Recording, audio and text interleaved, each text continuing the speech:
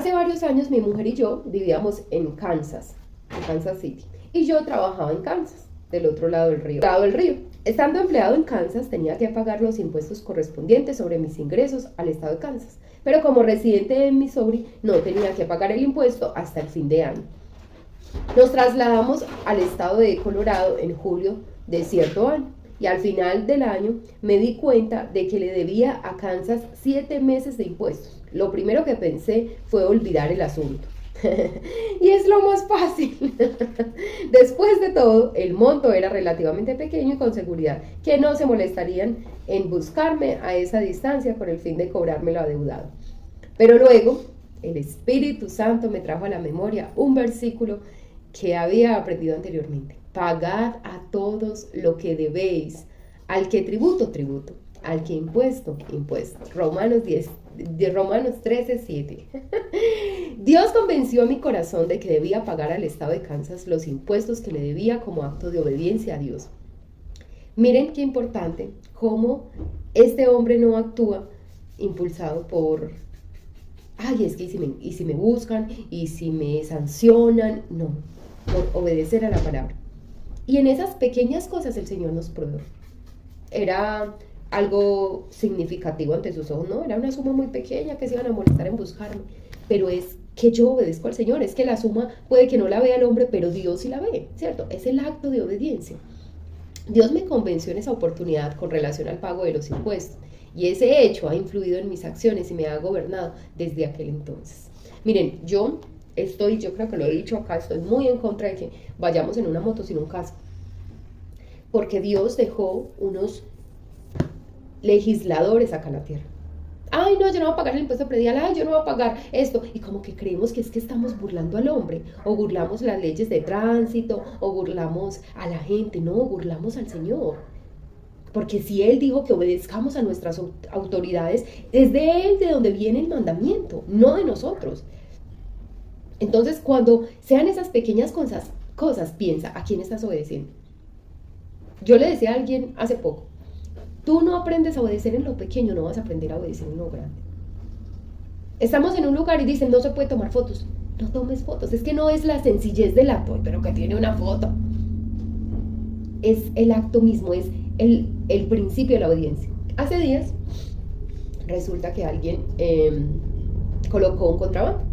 Y una persona le decía, ¿pero por qué colocaste ese contrabando? Ay, ¿pero qué? Cuando se cae aquí esto, pues lo reemplazamos con esto, ¿cierto? O sea, como cuando lo que estamos pagando no funciona, pues lo reemplazamos con eso. Y esa persona le decía, es que no importa, o sea, es que no es el hecho de eso, esto no funciona y lo reemplazo, es el hecho del principio de la obediencia.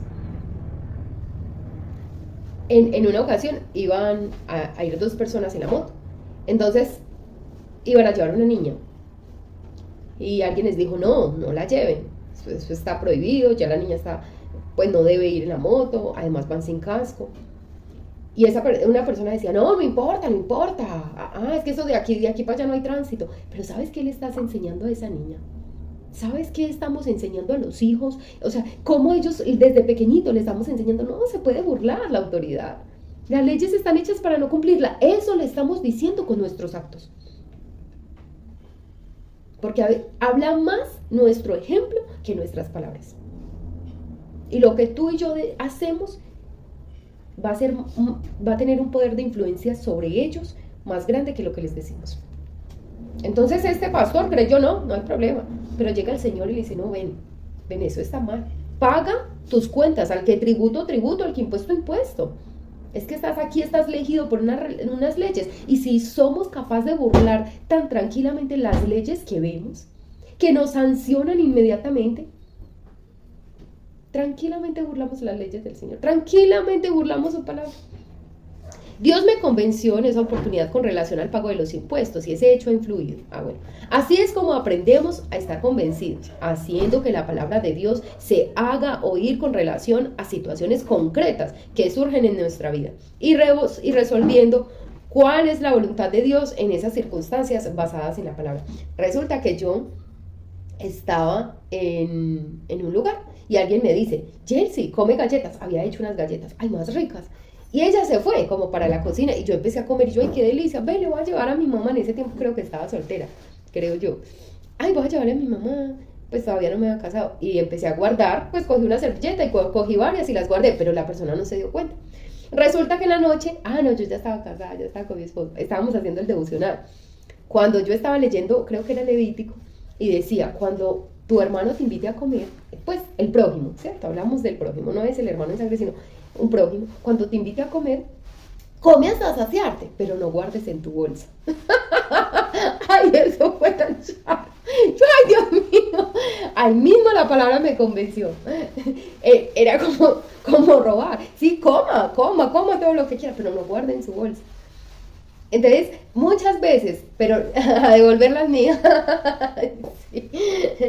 Muchas veces tú y yo miran las cosas más pequeñas. Y no es que, ay, Jelsi, si se hubiera muerto guardando las galletas y hubiera ido para el infierno. No.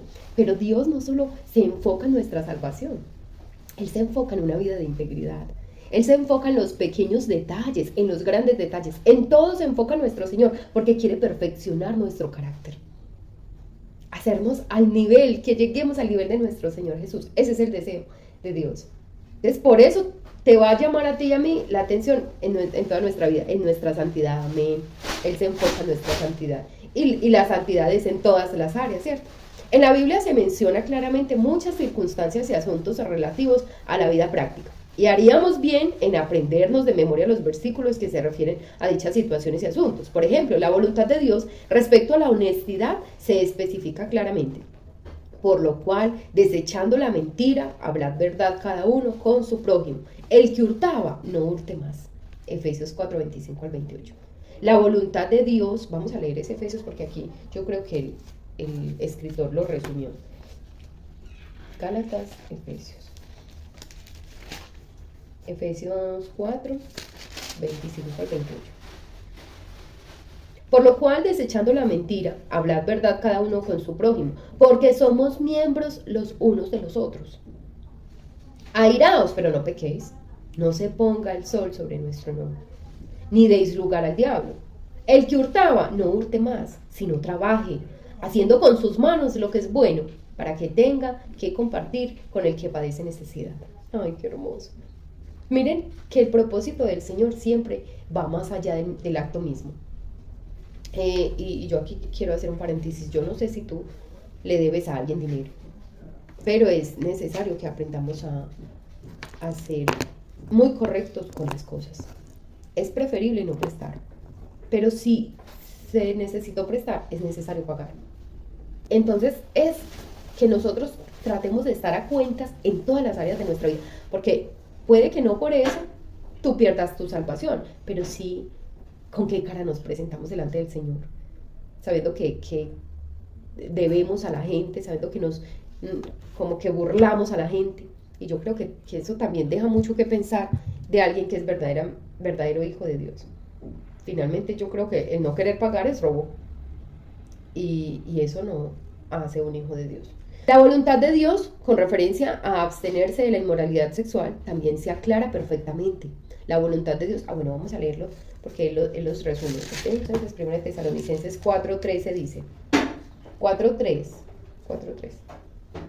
Pues la voluntad de Dios es vuestra santificación, que os apartéis de fornicación. Esa es la voluntad del Señor, nuestra santificación. Entonces, miren, que habla en principios como de no robar, no mientas, trabaja, no seas alguien que está dependiendo de otras personas, ¿cierto? Pablo es de alguien joven, con toda la energía, con toda la fuerza, y que quiere todavía depender de los papás.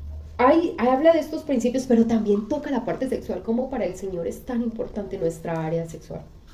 Porque dice, es que a santificación, la voluntad de Dios es tu santificación y mi santificación en todas las áreas de nuestra vida.